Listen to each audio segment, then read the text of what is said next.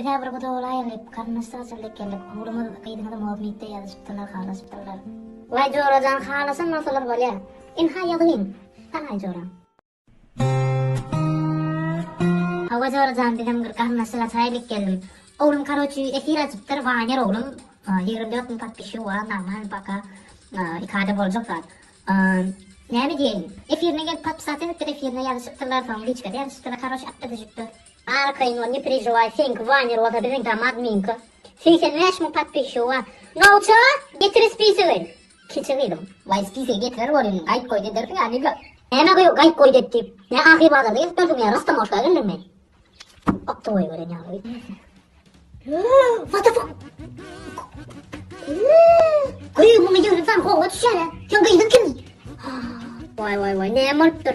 Koyu, kırık sana gülüp yok, neyme karopku kıyduk, türekken var, onu nesmin manıttır. Zdrassi, neyme Cemal Brunya'da ayarını ettin mi? Süt kakı umir pro alpataki, namusu böyle... Koyu, erin öyle mi? Neyme etmeyeceğim bana tıktın? Men 9 ay göğremde götürüp ağaçça süt verip, innem senin elimden alıp, yerine stafır sokup ayarını ettin mi? Zdrassi. Sen çağıran karnımda götürüp şimdi yok menkini erim götürün mi? Ya enkavatırda çıkarın mi? Sikak olmuyor pro, ben neyme salyarka verin mi? Tova. Tütüşük benzim atıp sınayın ama. Sen neyme benim işim yok mu? Ne özüme cevap ver ya. Ondan çıkın maşin. Beşsi cüki beşten kompütür yakamı. Koyul, tek sırası koyan mı?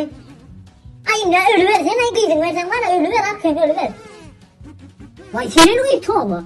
Çok yeni diyorsan karavat bağlı ama olur ama öyle işip gittin mi? Beylikler öyle işip gidecek problemanlar kalmandır. İlk bencim atıp sınayın üstüne. Al kıyım, mamatin kıydın gerek gel.